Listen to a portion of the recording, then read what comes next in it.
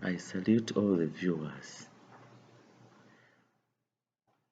Last time, in our first lesson about matrices, we looked at the definition of a matrix, we looked at the types of a matrix, we looked at elements in a matrix, their positions.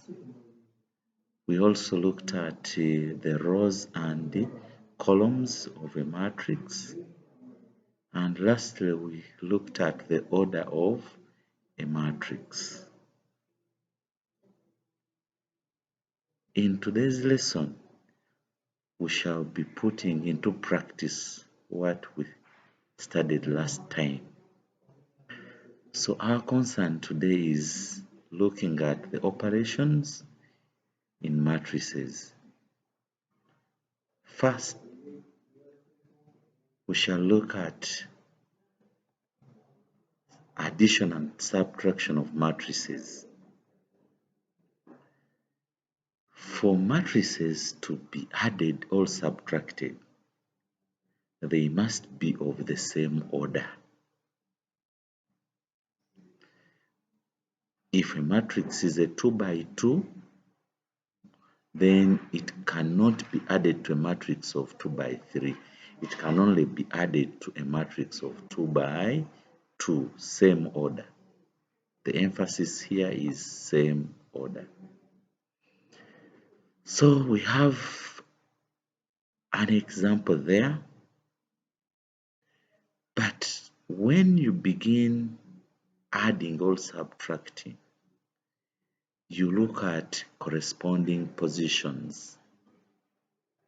For example, in the matrix we have 5, 2, 1, negative 3. Then it is being added to negative 5, 1, 0, 2. You are seeing that 5 is being added to negative 5. Both are in the corresponding position, row 1, column 1.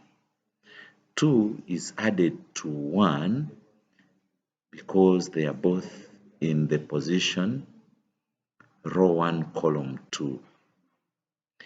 1 is added to 0 because both are in row 2, column 1. Negative 3 is added to 2 because both are in a position row 2, column 2. Our result becomes 0, 3, 1, negative 1. In the second example, we are applying subtraction. We are still following the same order. Respective positions are being added. So we have 3 subtracting a negative 2, 1 subtracting a 2, and a 2 subtracting a 1. Then we have a 5 subtracting a 0, a negative 1 subtracting a negative 2. Take note of that. When we have negative 1 minus minus 2, the minus minus 2 becomes a positive. That's why we have a result 1. Then we have 0 subtracting a 3, which gives us negative 3. Next, we look at multiplication of matrices. Here we shall look at 2 types of multiplications. One, we have a scalar multiplying a matrix. When a scalar is multiplying a matrix, a scalar is a constant figure or letter. So if we have a scalar, say 3, and it is multiplying a matrix A, which matrix A has elements 2, negative 1, 3, and a third. Those are the elements of A. So if 3 is multiplying matrix A, Each of the elements of A will be multiplied by the scalar. So each of those elements is being multiplied by a 3. That's why we have 3 times 2, 3 times -1, 3 times 3, and a third times 3, giving us 6, -3, 9, 1. So in general, if a scalar is K and is multiplying a matrix A, which has elements A, B, C, and D, each of the elements will be multiplied by K. And we also have what we refer to as a matrix multiplying another matrix. The first one was a scalar, just a constant multiplying a matrix. This time we are having a matrix multiplying another matrix. So for this to be possible, take note, the columns of the pre-multiplying matrix, the matrix that comes first is the pre-multiplying matrix. Its columns must equal to the rows of the multiplied matrix. The columns of the pre-multiplying matrix must equal to the number of rows in the multiplied matrix. The matrix that comes first is the pre-multiplying matrix, and the one that comes after is the multiplied matrix. So we continue with the matrix multiplication. We are seeing in the example there we have A, B, C, and D multiplying EF. So when multiplying, we agreed we multiply row by column. So we multiply row by column. So in the example below, row AB multiplies column EF to have AE plus BF. Then down, row 2 of the first matrix is multiplying the column matrix EF to have CE plus DF. But remember, we have said that the columns of the pre-multiplying must equal to the rows of the multiplied one. So the matrix A, B, C, and D has got 2 columns, and the matrix EF has got 2 rows. In the example, we have P, which has 3 columns, and Q, which has 3 rows. So their matrix multiplication is possible. Now, if we are to find P dot Q, we shall not use the multiplication sign here. The multiplication sign is only used when we are multiplying the elements inside. But for the matrices, multiplication sign will be represented by a dot. So when multiplying, we have said we multiply a row by column.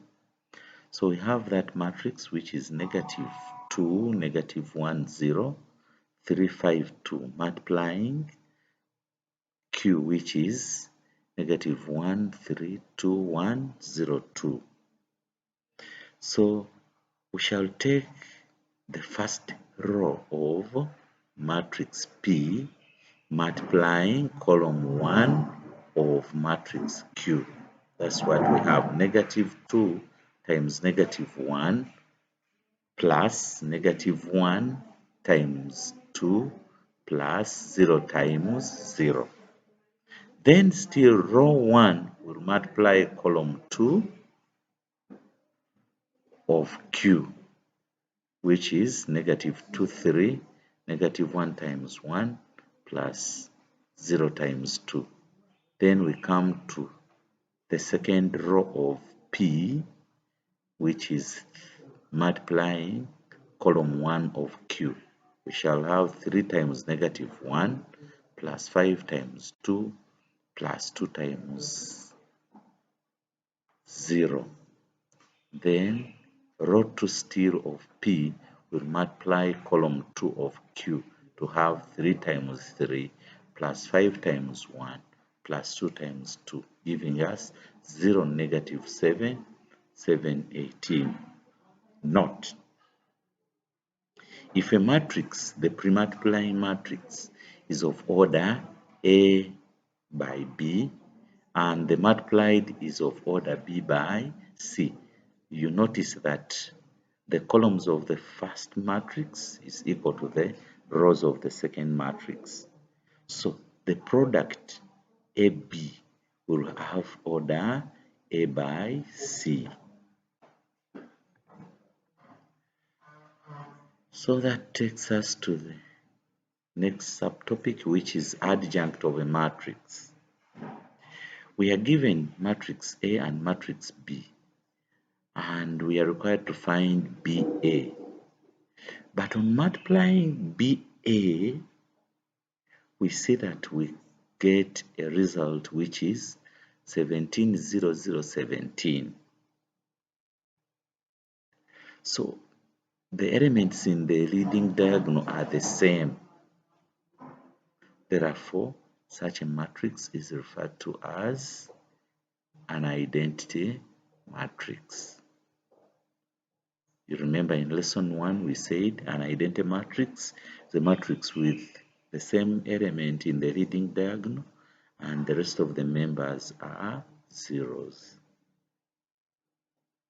So when a matrix multiplies another matrix and we come up with an identity matrix, then the matrix that multiplied the other is the adjunct of that matrix. So an adjunct of a matrix is a matrix which multiplies another matrix to give an identity matrix. So with that we come to the end of today's topic. But still, if you want to get an adjunct of a matrix, just given a given matrix, what you do, you interchange, you can see A and B. From matrix A, it is as if somebody, to get B, somebody has interchanged the positions of elements in the leading diagonal and has changed the signs of the elements in the minor diagonal. So the elements in the major diagonal are 5 and 3. So if you had a matrix 3, 2, negative 1, 5, we are interchanging members in the major diagonal, meaning 5 comes to where 3 is and 3 takes the position of 5. Then we change the signs of the elements in the minor diagonal. That's why we are having a 1 and a negative 2. Thank you for listening. Remember always to put on your mask and keep on sanitizing. I wish you the best.